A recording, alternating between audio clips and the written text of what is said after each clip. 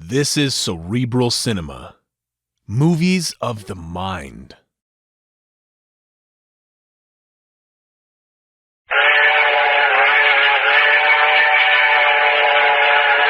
I Love a Mystery.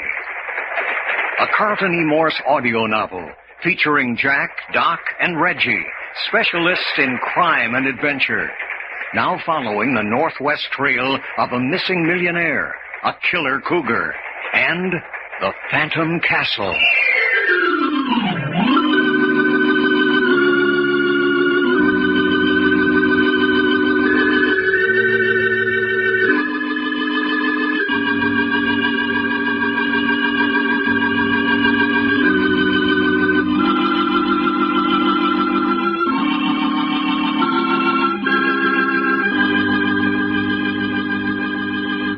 This is Fred Foy introducing Jim Harmon's presentation of Les Tremaine and Tony Clay in an original Carlton Morse thriller, The Fear That Creeps Like a Cat.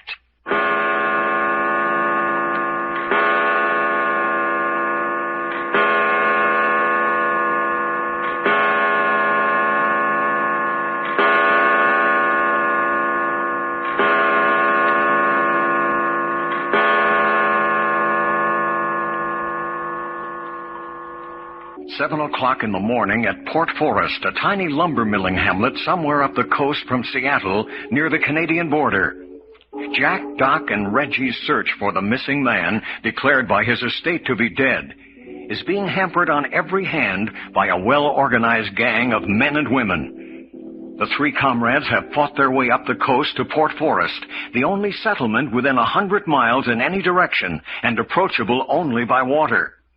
Their only allies in this isolated settlement are Frenchie, who brought them here in his fishing launch, and his daughter Maria.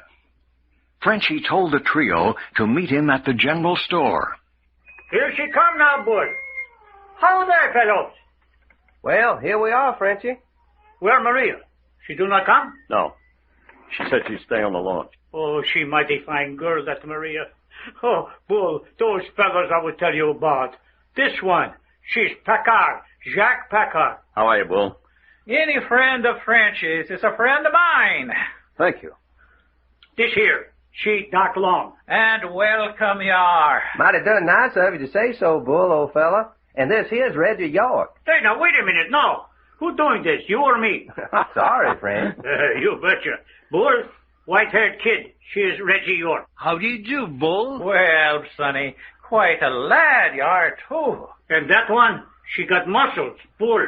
Look out for her. Well, what about it, boys?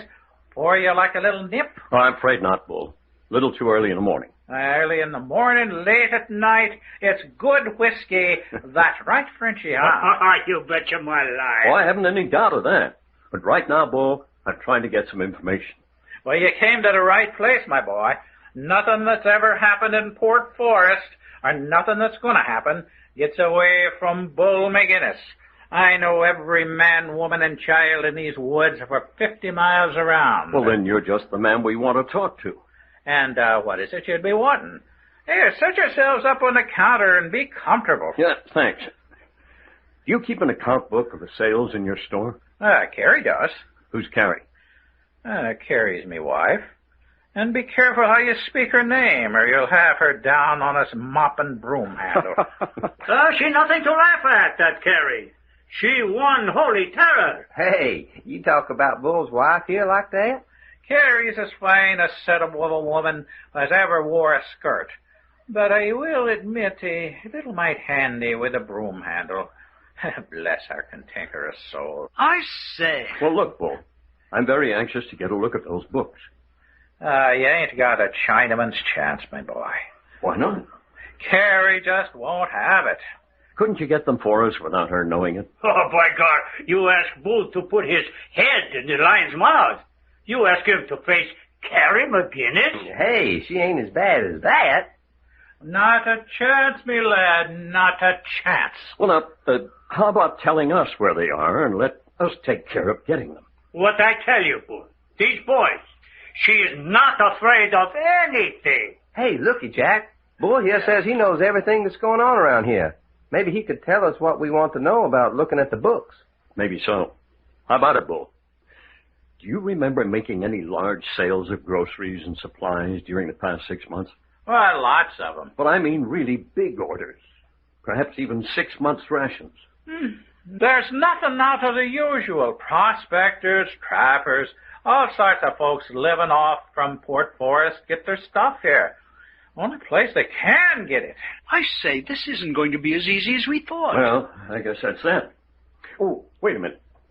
You say you know everyone up in these parts? I pride myself on it. Well, do you recall any stranger laying in heavy supplies? Why, no, I can't say that I have. Oh, my goodness! Oh, there she blows. Oh, we're sunk, all hands, and the captain. Bull McGinnis, you know Count Irishman. Oh, yes, me darling. Drinking up our stock of liquor. Well, bless your And loving at this heart. time in the morning, You can smell me breath. I'll smell your breath with the whack of my broom handle. Oh, Harry, me love. Whoopee! Outside, all of you. Scum, carrion, no good. Oh, I say. Ha! Whoopee! Every man for himself. That's a mean broom handle. This is far enough, boys.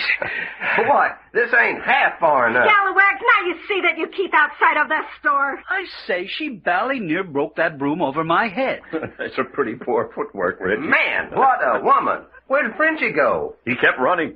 He must be down to the launch by this time. Doggone. Hey, Bull, come here. Yeah, it's all right, boys. Everything's under control now. Boy, when your little old wife goes to work, she means business, don't she? Best temper I've seen her in a week. I only got one black eye. Yeah, you usually get two? Yeah, but what's it all about, Bull? What do we do to make her so angry? I've been living with that woman for 20 years now, and I still don't know what riles her. Well, she sure was riled. No kidding about that. Well, let's get back to business, shall we? You see what I mean about getting the account books for you? You betcha. And we don't blame you none either. Hasn't there anything happened that you thought was queer? Hey, wait a minute. Hey, you got something? Wait a minute now. Now, about 3 months ago... Yes? Jake Sims, come in here with a wad of money and bought enough supplies to stuff an elephant. Who's Jake Sims? No count bum. Lives on a log hut over next to the timber, down at the end of the street. But I say, what was strange about that? Because Jake Sims don't never work, and he's always broke. And yet he suddenly comes in and buys a lot of supplies? Enough for a feller to live like a king for, 5 or 6 months. He bought them for himself? That's just it. Them supplies melted away. After he bought them, he went on a week's drunk, and since then he's been begging meals around just like he used to. In other words, he bought the supplies for someone else and got drunk on the money paid him for doing it. Well, that's the way I figure it. Yeah. Bull, where can we find Jake Sims now? Up at his place. He never gets up before noon. Well, just where is it? Well, not far. Just go to the end of the street here. Over across that stoppage, you'll see a log hut. And that's it. Thanks, Bull. If you see Frenchie again, tell him we'll be back at the launch in half an hour or so. Yeah, stop by the store on your way back. I'd like to buy you a drink. With Mother McGinnis and a broom standing by? Not me, fella. Wish you take it too much to heart. Carries the soul of hospitality. Well, she sure got a funny way of showing it. Shall we go, Jack? Yeah, just a minute. Bull, have you noticed any strangers in Port Forest the last day or so? Nope, I can't say I have. That is, except them show folks. Show folks? Yeah, they're going to put on a show down at the town hall next week. Couple of women. Half a dozen actor fellas. They're staying down at the King Charles Hotel. Thanks. We'll be seeing you later, Bull. Well, don't forget to stop by on your way back. I say, Jack, actors up here? I suppose it's possible. It might be possible, but I'll bet money they're not. It's Cooper and his gang just as sure as shooting fish. We'll have a look as soon as we talk to Jake Sims. Well, here we are at the end of the street. Some street, just one good block long, and weeds are growing up in the middle of it. There's a log hut. Huh? Where? Over there, where the timber line begins. I say, this path looks like it might lead over to... Okay, let's go. Man, will you look at them stumps.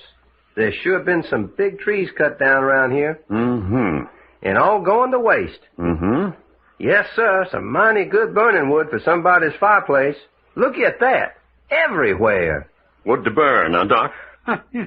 Okay. What do you think about this fella, Jake Sims, anyway, Jack? He may be our man, all right. I say, it looks like it, doesn't it? Yeah, buying all them supplies. Hold it. We're getting too close. Yeah. Jove, what a pigsty. Darned if Jake Sims ain't white trash of the worst sort. What'd you expect? Bull said he was drunk all the time. Yeah, all this pretty country and a fella has to come along and make this kind of a stinkhole in it. Well, let's see if he's in. Hey, Jake. Jake Sims. Probably sleeping off a binge. Why didn't we just bust in? Might as well. There's no lock on the door. Oh, push her open. Is he in there? Can't see him. We're this far. Let's go on in. Sure. Doesn't seem to be... Jack, look there behind the bed. Oh, I say. Quick, move the bed away. That's enough.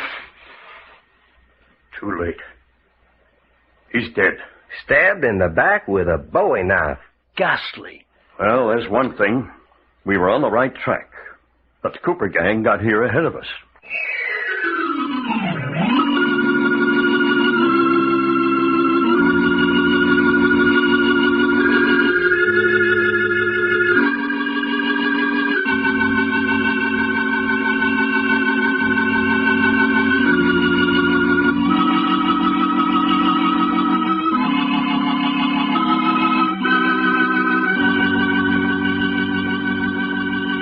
The adventures of Jack, Doc, and Reggie have come to you in I Love a Mystery. Created and written by Carlton E. Morse. Script copyrighted by Morsel Co. Incorporated. Produced and directed by story editor Jim Harmon. Featuring Les Tremaine as Jack Packard and Tony Clay as Doc Long. Consultants Frank Brzee and David Lloyd. Your announcer, Fred Foy. This presentation has come from Hollywood.